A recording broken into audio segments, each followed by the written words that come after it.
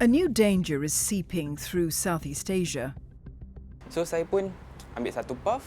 Selepas saya ambil puff tu, kepala saya jadi pening. E-cigarettes or vapes laced with deadly drugs, indistinguishable from normal vapes. They are moving to involve in drugs and substance that can actually harmful for their health. We cannot identify those who are vaping, normal vape and drug-induced vape. Where do these drug-laced vapes, sometimes known as Kpods, come from? Organised crime groups would have access to substances in the source countries. Saya jual guna jarum suntik. Saya lekatkan tempat flavor botol flavor tu. Saya buat titik. And how did drug-laced vapes take over Southeast Asia? This is a ticking time bomb.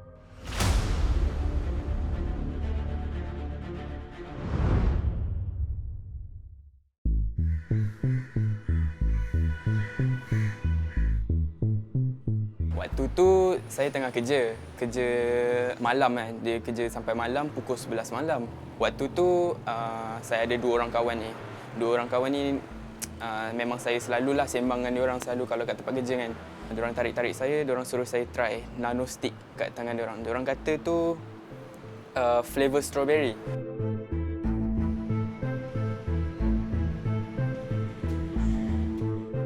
It began with what seemed like a harmless invitation for 19-year-old student Ahmad to try vaping. Vape or e-cigarette devices are small and discreet, often resembling pens or USB drives. They work by heating a liquid known as e-liquid or vape juice into a flavoured vapour that is then inhaled. Like cigarettes, they contain nicotine. Saya cakap lah saya tak nak sebab saya tak isap kan. And then diorang still tarik-tarik saya paksa-paksa. Saya pun waktu tu macam nak cepat sebab dah pukul 11 kan. Sebab saya nak kejar LRT. So saya pun ambil lah satu puff. In just a decade, vaping use has exploded globally. One 2021 research paper estimated the number of vape users to be 82 million worldwide, with over 14 million in Southeast Asia. The number now is likely to be higher. In the region, Indonesia and Malaysia, where vaping is legal, are the two largest markets for e-cigarettes. In Malaysia, users increased about sevenfold from 2011 to 2023.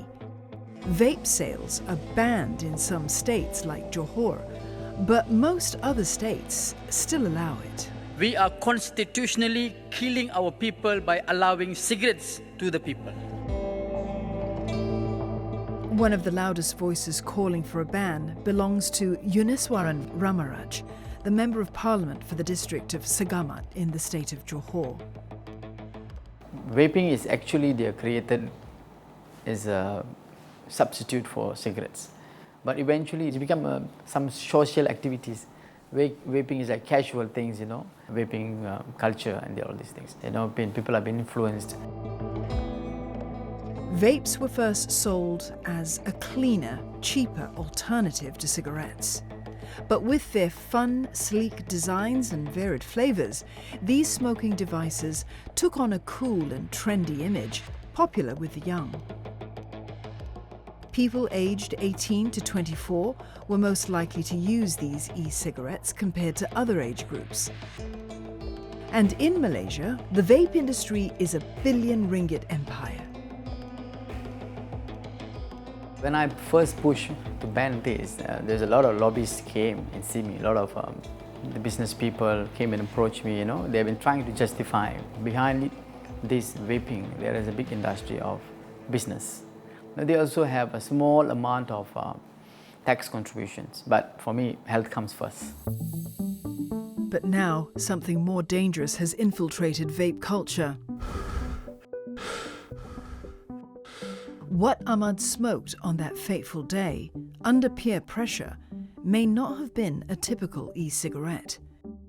He now suspects that it contained something more pernicious. Saya waktu ambil first pump tu, saya tak sedar lah. Saya tak tahulah tu benda apa kan. Sebab saya tak pernah hisap vape. So rasa dia time tu, dia rasa macam rasa hangit. Minutes later, just as he was about to head home, Ahmad began to feel uneasy. Dia rasa nauseous sangat. And then, pening tu saya ingatkan pening biasa lah kan. Lepas tu tiba-tiba saya jalan-jalan tu makin pening, makin rasa sakit lah kepala ni. Ada tempat duduk kat situ. Saya duduk, saya still tak boleh nak ni. Saya tak boleh nampak. Saya nampak tapi dia rasa pecah. Lepas tu saya sampai kena minta tolong orang yang ada kat sekitar sebab time tu ada ramai lagi pekerja lain kan. Saya kena minta tolong. Saya rasa pening. Lepas tu diorang tengok mata saya ingat diorang kata mata saya nampak merah. Saya hide diorang kata.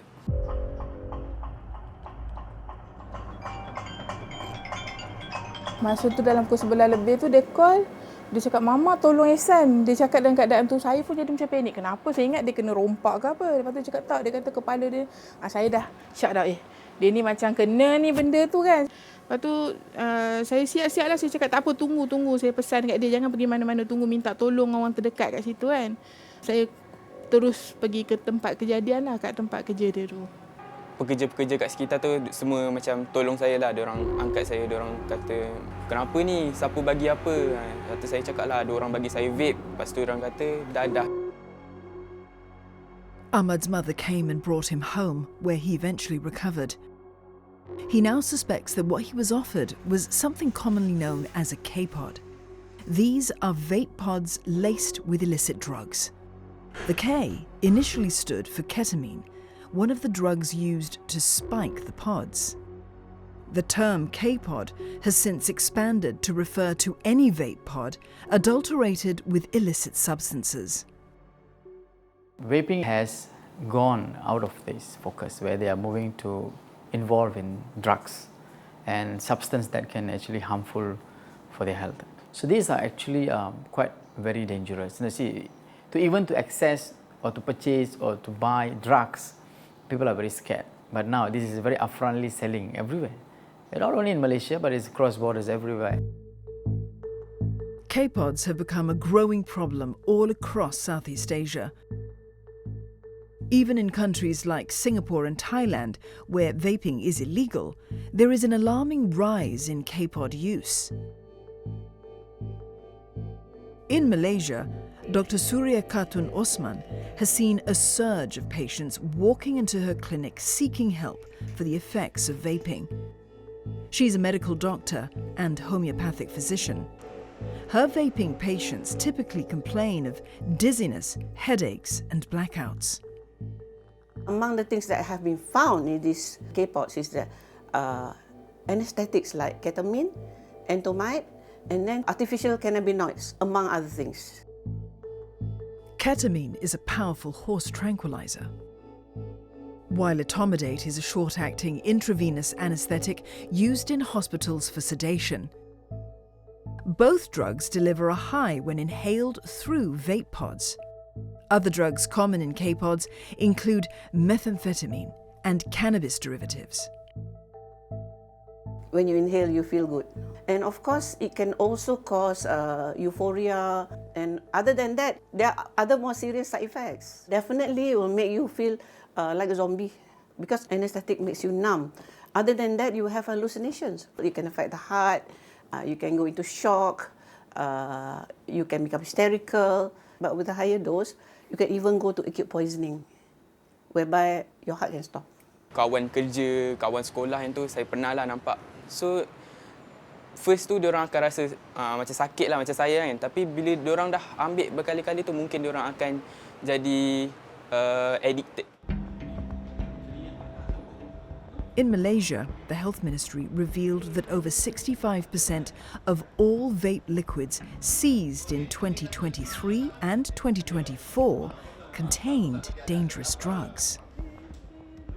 I don't even know when this thing with the substance abuse came in. But somebody must have seen a way that, can make a lot of profit and jump onto the profit bandwagon. Authorities were already searching for all the other pills. So this one The authorities also didn't know about it. So it's a good time to make money while the sun shines, right? So this is how it came into the market. What makes Kpods particularly insidious is that outwardly, they're indistinguishable from regular vape liquids. The problem here now is that there are vape shops everywhere. So when something is present out in the public, anybody can walk in. Don't you think that people think that it is legit? There is no red flag saying this is illegal, you can't this, and that. And then how can you tell between a Kpod laced with drugs and a Kpod only with nicotine and all that? You can't. But the root of the matter is that there has been not enough regulation over the vape itself. This is our challenges. We cannot identify those who are vaping, normal vape and drug-induced vape. It's a big challenge to us. Who are these groups turning vapes into poisonous vessels for profit? And how are they doing it?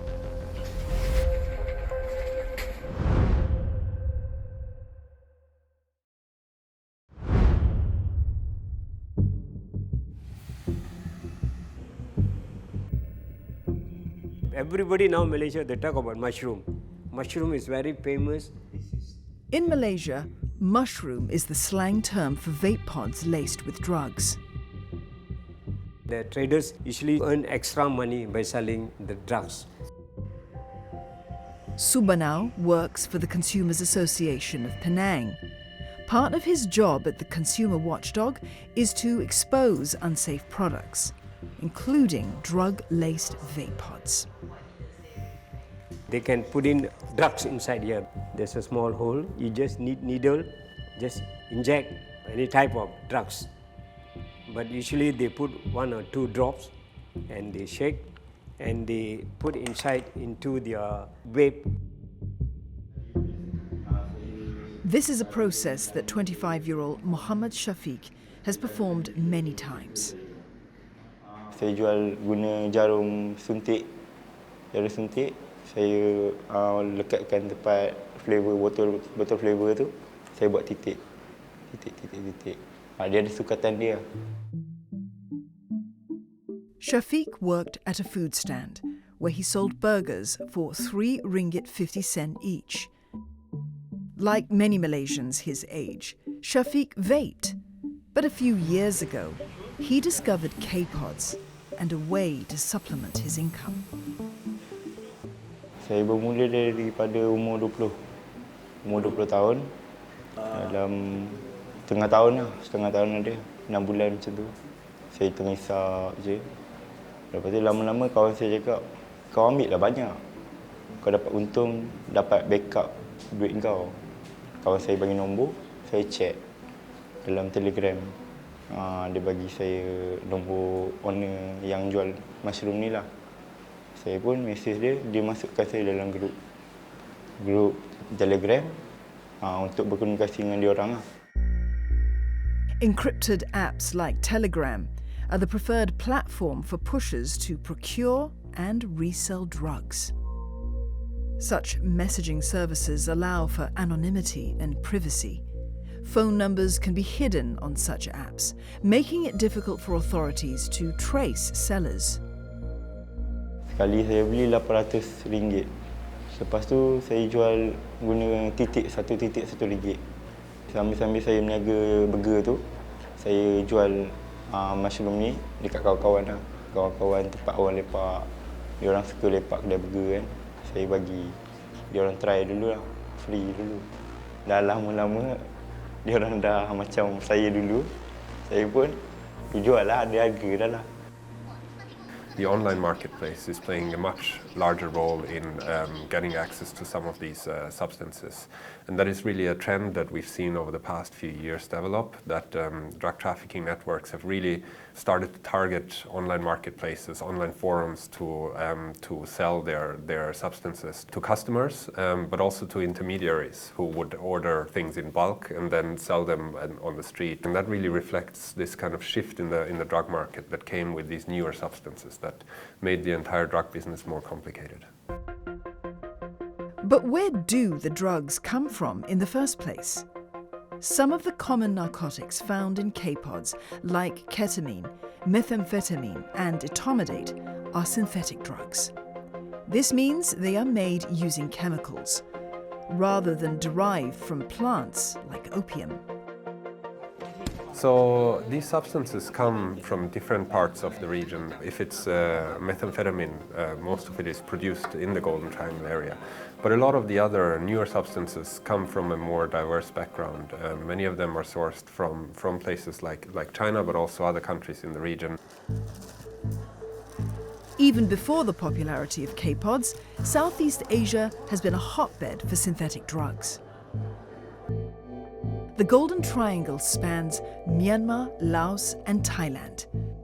According to the United Nations Office on Drugs and Crime, this area is the world's largest producer of meth.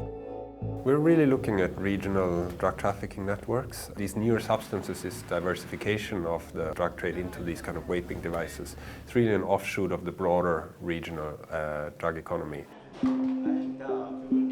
The drugs eventually make their way down the supply chain to individual sellers like Shafiq, who would hawk them as Kpods online. The diffused nature of the smuggling network makes cracking down on drug-laced vapes challenging. With the advance in technology, it's not like those days you need a bigger group as a syndicate that involved in the broader spectrum of drug trafficking. Now, individuals or small group of people are able to buy online. So it's like the seller don't know who is the buyer, and the buyer don't know who is the seller. Okey, ni contoh dadah yang diiklan dalam Facebook. Nombor telefon semua ada. In Malaysia, Muhammad Nizam spends his spare time tracking and exposing those involved in the trade of drug-laced vapes. Tuan-tuan boleh contact, terus dapat je dadah ni. Order, dia macam kat sini dia tunjuk boleh WhatsApp dia. Online, Nizam and his team have exposed both bulk suppliers of synthetic chemicals and those who sell laced pods and cartridges preloaded with drug cocktails. Dia post ship. Diorang tak akan ada pertemuan one-to-one lah, nak mengelakkan tangkapan. And then kalau kita tengok rekod-rekod tangkapan pun daripada pihak polis sendiri, mamal-mamal ni semua betul-betul mamal dadah, bukan daripada syarikat-syarikat vape yang berdaftar dalam Malaysia lah. Itu bahaya tu. Boleh dedah kan? Saya seronok je. When Nizam finds such sellers, he reports them to the authorities. Nizam has a vested interest in stamping out Kpods. He previously owned a vape shop and now is a distributor of vape products. He is also the president of the Malaysia E-Vaporizers and Tobacco Alternative Association. Kpods, or mushrooms, give his industry a bad name, an industry which is tightly regulated. Sebelum nak bawa masuk, produk ni perlu didaftarkan dengan pihak Kementerian Kesihatan terlebih dahulu. Bahan merokok ni kena masuk pengujian lab test terlebih dahulu. Selepas diuji selamat mengikut carta yang dibekalkan oleh Kementerian Kesihatan, dah lulus, baru kami hantar ke pihak KKM untuk bayaran fee pendaftaran. In countries like Malaysia, where vaping is legal, enforcement is made more difficult. Illegal substances could be sold under the cover of legitimate storefronts. Fakhrul has worked as a retail associate at a small vape shop in suburban Kuala Lumpur for 5 years. It is a legal business. So, kita orang jual benda yang boleh sal KKM dengan custom. Ikut diorang punya SOP diorang. But recently, Fakhrul has had to fend off increasing numbers of dealers offering illicit vape liquids for sale at the shop. Diorang datang offer Depan mata saya dia ada tunjuk jenis botol. Yang botol 5 ml, yang jenis besar macam botol air pun ada juga. Orang tu offer kat saya dalam 5 ml saja dia orang nak jual dalam 150. Saya bagi contoh daripada segi botol ni. Sekejap. Dia 5 ml saja. Kalau yang 60 ml ni yang dia orang nak offer saya tu, dia orang pun nak jual dalam 800. Kalau yang ni. Oh banyak. Banyak sangat. Sebab diorang time tu diorang nak offer kat kita orang, tapi kita orang tolak yang benda tu. Sebab satu, akibatkan itulah orang Padang serong kepada kedai vape.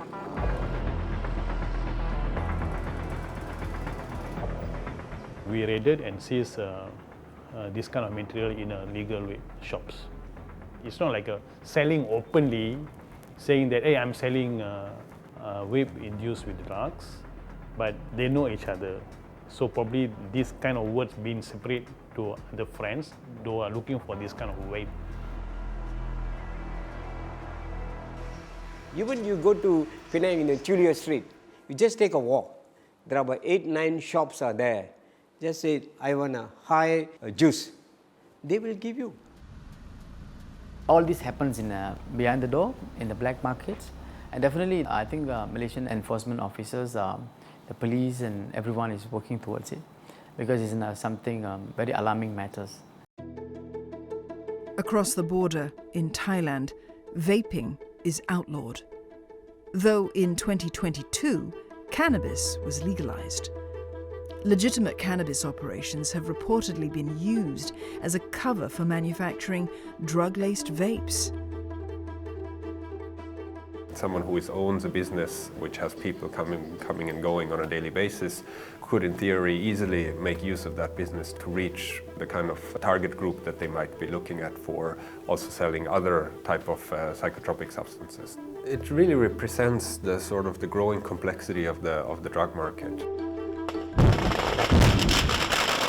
This drug business is an international or borderless activity which involve countries in the northern, like Thailand, Cambodia, Laos, especially things happening in Golden Triangle. Malaysia become a transit country and also consuming country. Because of the large area of the land and also sea, it become easier for them to smuggle in. In other parts of the ASEAN region, especially countries like Malaysia, Indonesia, Singapore, who are all seeing similar cases within their jurisdictions. It's not something that is specific to any of the countries really, but that has more to do with the target population and the economy in these countries where people can afford these kind of substances. In Thailand, Kpods have another name. Zombie pods, so named for the state of stupor that users experience. As drug-laced e-cigarettes sweep through Southeast Asia, what are the consequences?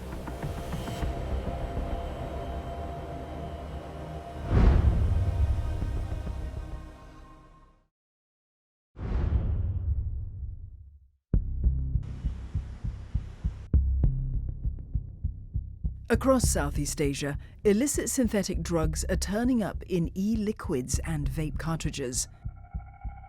Kpod laced with drugs can cause a kind of inflammation whereby you can't even see on the X-ray, but when you do a biopsy, you can see the inflammation in the lungs.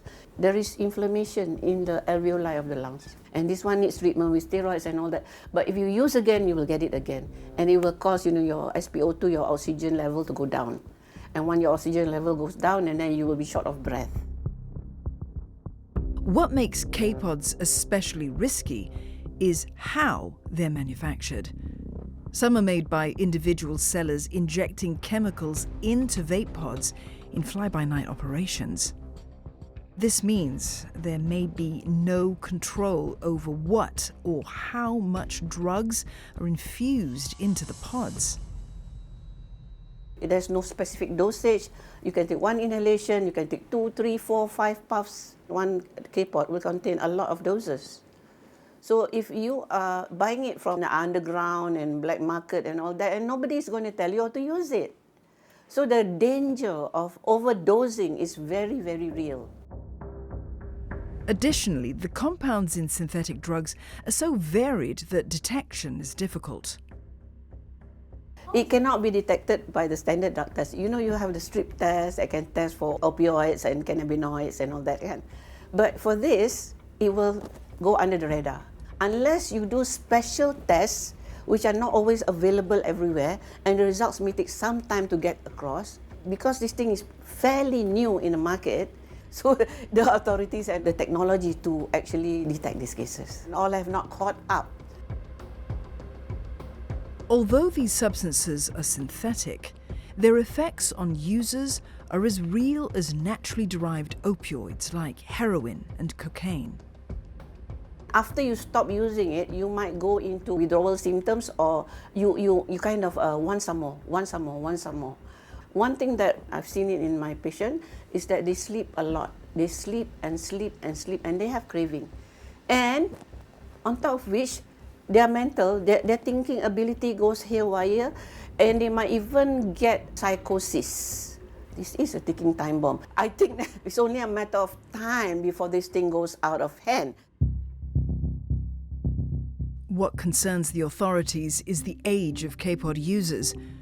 A majority are youths, the age group most likely to vape. Children as young as 6 have been caught vaping. Those who are involved in drugs, the impact is in generation, especially involving youths. They spoil their future, and also they also become a nuisance to the public. Kalau yang macam 18 tahun ke atas tu, iaitu bagi saya diorang normal lah. Tapi yang ni yang paling saya terkejut lah. Ini budak yang 12 tahun, budak tu bertanya kat saya. Saya pun terkejut juga. Budak bawah umur macam 12 tahun macam tu pun dia orang boleh tahu tentang magic mushroom. Dan saya pun tertanya budak tu, mana dia dapat magic mushroom tu. Daripada rakan sebaya lah. Macam tu lah. Bagi saya lah, macam untuk budak sekolah yang bawa vape ataupun rokok ke sekolah ni, dia lebih kepada nak menunjuk kepada kawan-kawan. Sebab bagi golongan remaja ni, diorang ingat vape atau rokok ni sesuatu yang gempak, sesuatu yang cool. Since 2019, dozens of Malaysian teenagers have been hospitalized after using drug-laced vape pods. At least 5 deaths linked to vaping have also been reported in Malaysia over the same period. Some of my patients are as young as primary school. How do they know that something you just inhale and smells nice is dangerous? They might have seen some people, you know, using vape or looking so macho like that. Oh, I want to look macho too. I want to try. But they don't know what's inside. Right? The issue is that vapes themselves appear designed to appeal to the young. The juice contain a few hundred types of flavors, fruit flavors, to attract the new generation. Even the 7, 8 years old boy, they have coffee, they have chocolate, they have bubble gum, mint. Actually, they are misleading. It's not fruit flavor. It's a nicotine, but they just add some kind of flavors there to attract these new vapors. Sweet or soothing flavors mask nicotine's natural harshness, making them palatable for newcomers. The bright and aesthetic packaging hide that these are ultimately nicotine products. These are the very attractive way that you can bring in the new customers. And there is some misconception over the use of vapes and e-cigarettes. Because of their lower nicotine content, e-cigarettes are considered less harmful than tobacco cigarettes. Some also use the device to wean off their cigarette smoking. However, vaping has supplanted legal cigarettes as the largest share of Malaysia's nicotine market. I think everyone out there, including parents, teachers and students, right, and maybe the community at large, they probably still think vape as an alternative to quit cigarette. what started as very, very harmless have morphed into something that is very, very dangerous, right? Especially when it's now being laced with drugs, toxins. And these are all, I think, information parents, teachers and community at large, they are still not getting. And even though the sale to and use of vapes are illegal to those under 18 in Malaysia, one 2022 survey showed that almost 15% of those aged 13 to 17 have used vapes. I've received a lot of complaints from schools, headmasters, and they said my students are taking up, addicted to this, absent from school, and their bag contain of different kinds of vape and e-cigarettes, so it's uncontrollable. Then we went in to the school and found out it is a big problem, you know. So until the teachers, they can't control because they don't know what is vape, what is contained. So I asked this question to one teacher. I said, do you look for all the vape stuff? The teacher laughed. Frankly speaking, doctor, we have so much things to do trying to teach the students and all that with our timetable, with the exams and all. We don't have time for all these things. Besides which, she says, I don't even know how this thing looks like. What's more, the typically sleek design of vapes make them discreet, easy to hide in a pocket or pencil case. There's only very limited things school can do among all the other things currently teachers are doing at school, right? When it comes to vape, it's that fine line between, you know, which ministry is actually responsible in driving this. Is it Ministry of Health? Is it the Interior Ministry? Is it Ministry of Education and all that, right? And unfortunately, it's only be seen as more of like a punishment if students are being caught vaping at school. They get suspended or they get expelled from school. And most often than not, I think schools will just, dump back the issue and the problem back to the parents. But for parents who discover that their children are hooked on Kpods, some may think twice about seeking help. Ahmad's mother brought him home after his Kpod misadventure, fearing that he would get into trouble if she took him to a hospital.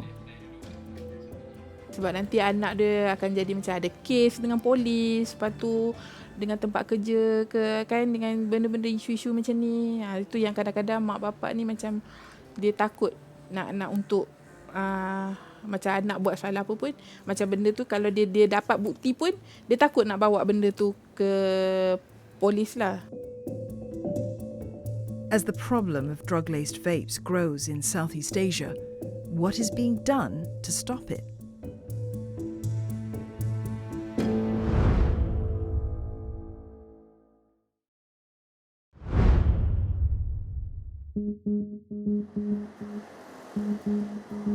In Singapore, where vaping is illegal and drug enforcement strict, Kpods have still become a serious issue. One so severe that the Prime Minister Lawrence Wong addressed it in his recent National Day rally. But people are still smuggling vapes in. So the vapes themselves are just a delivery device. The real danger is what's inside. Right now it's etomidate. In future it could be something worse, stronger, or far more dangerous drugs. So we will take much tougher action against vaping. Actions at the border between Singapore and Malaysia have been stepped up to prevent the smuggling of vapes. Foreigners caught with vapes, even for personal use, now face stiffer penalties. Currently, we are doing BTR, break the routine ops, where we will conduct vehicle checks at random. We will do preliminary questioning to the drivers, and then we will proceed on to do vehicle checks. So vapes, we usually find them in the hidden dashboard, or they may have hidden compartments in the vehicles. Like, it can be anywhere. It can be at the front of the bonnet, and then under seat compartment, fuel gauge compartment. One challenge of cracking down on Kpods is the very drugs that they're laced with. For example, etomidate has legitimate use as an anesthetic in hospitals. And so, for many jurisdictions, it was not considered contraband until recently. เมื่อไม่ใช่สารเสพติดเนี่ยมันอัตราโทษมันก็จะเป็นเรื่องการนำเข้าส่งออกซึ่งอัตราโทษอาจจะไม่ได้สูงมากนักการควบคุมการเข้าไปควบคุมก็อาจทางตำรวจหรือผู้เข้าไปใช้กฎหมายก็ไม่ได้ไปควบคุมครับจีนเขาวอร์นิ่งมาว่าจีนเขาถือว่าเป็นยาเสพติดกลุ่มที่1นะครับกลุ่มที่1ก็คือใช้เกี่ยวกับคล้ายๆเฮโรอีนตรงประเด็นนี้ครับสำนักงานปปสเราก็นำเอาอีโทมิเดตเอาออกจากการควบคุมขององค์การอาหารและยาให้มาอยู่ในกรมควบคุมของประมวลกฎหมายยาเสพติดซึ่งจะต้องให้กระทรวงสาธารณสุขเป็นคนประกาศครับว่าสิ่งนี้เป็นวัตถุออกฤทธิ์ต่อจิตประสาทประเภท2ครับ Singapore too has moved to classify etomidate as a Class C drug as of September the 1st.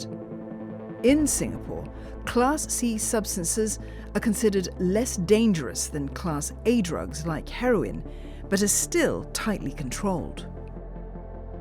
So there are many people, especially the young, they pick up vaping thinking that it's all right, it's not as harmful as cigarettes.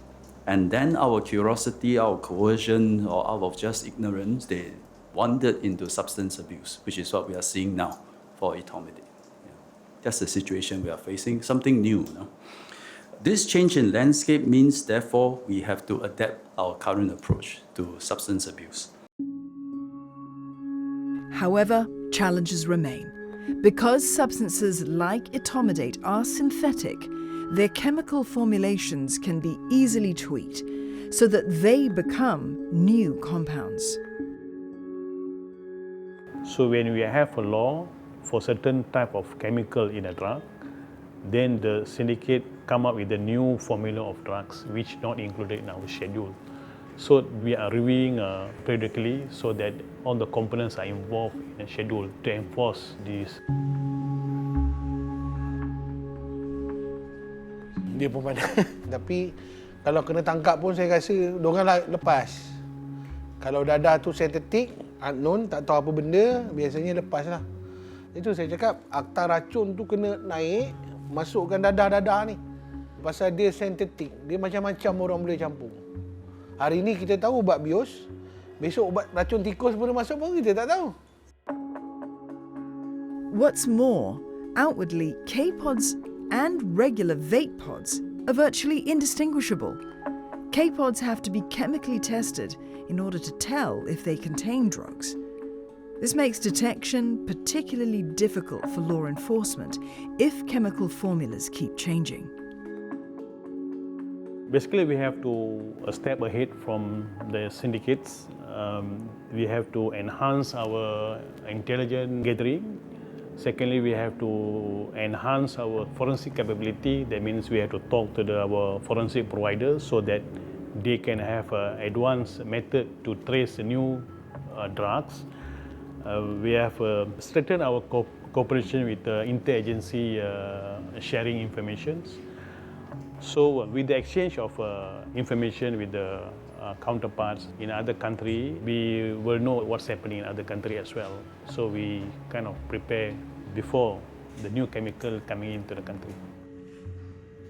Controlling the supply of these substances is an important part of the equation, but it really needs to go hand in hand with strong prevention efforts, working especially with young people who might be very specifically targeted, especially in online forums, to really educate them about the harm that will cause, and to make sure that they have a social network and a family network around them that can support them.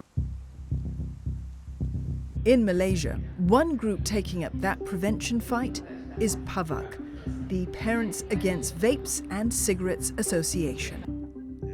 Led by Dr. Nurul Muiz, their goal is to close the information gap for parents and teachers.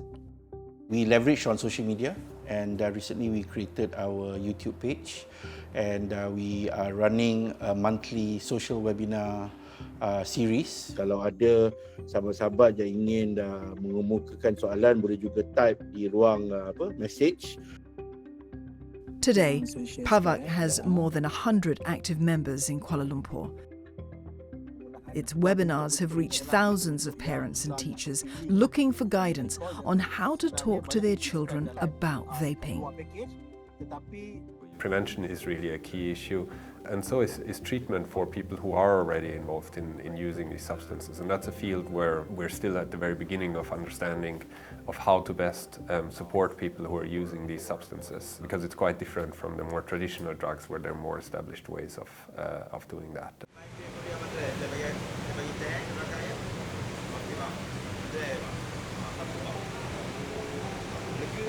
As for Shafiq, today he is selling herbal balms instead of Kpods. He was arrested 4 times between 2021 and 2024, caught each time in possession of drugs. After short stints behind bars, he eventually found his way to Kolam Merah, a halfway house in Kuala Lumpur that takes in ex-convicts and addicts. Here, they are given jobs, counselling, and companionship to rebuild their lives.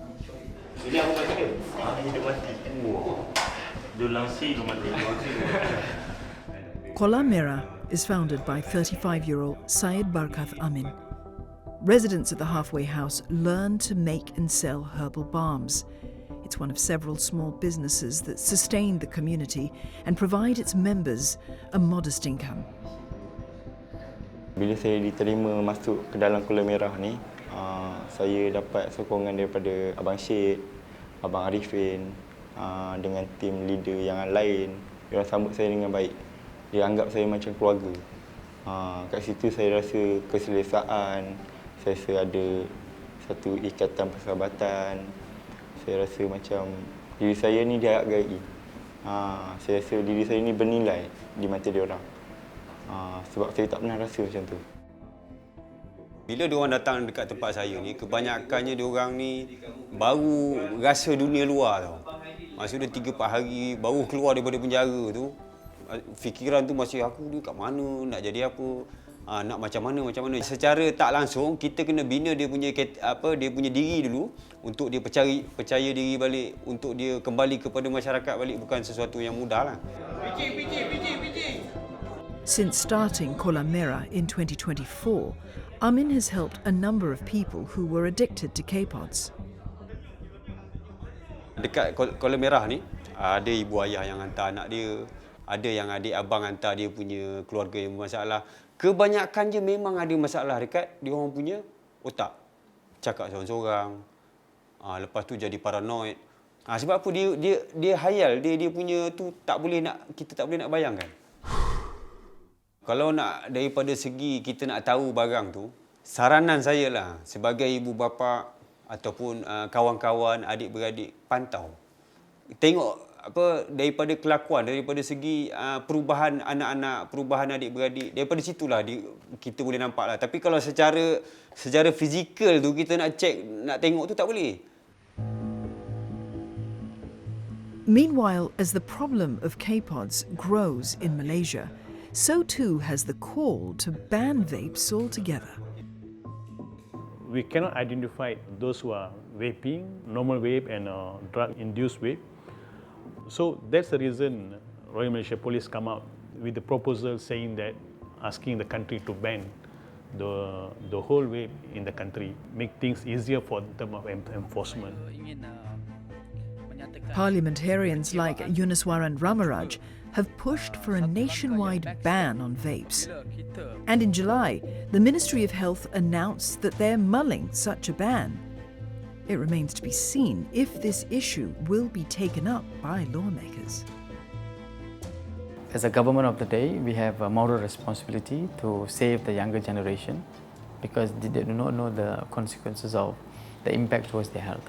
Malaysia, approximately, we spend almost 8 to 10 billion to save those who are been affected by this vaping and cigarettes. At the end of the day, the government bearing the cost, especially the health departments. So if we're not going to protect the younger generation, then we have a very serious crisis. It affects the entire, the economy, the country, the health. As for Shafiq, He says his mushroom-using days are behind him. He's vowed to stay away from vaping altogether. Saya ambil masa untuk adapt dengan keadaan macam ni. Lepas tu saya rasa macam banyak ada semangat yang baru untuk teruskan hidup. Saya dapat cari pengalaman yang baru, saya jumpa orang yang baru hari-hari. Saya dapat bercakap dengan orang hari-hari, orang lain. Saya seronok kerja macam ni. Lagi satu, dapat ubah saya daripada dulu saya yang senyap, tak reti nak bercakap dengan orang. Ni hari-hari saya suka bercakap dengan orang. Rasa happy lah.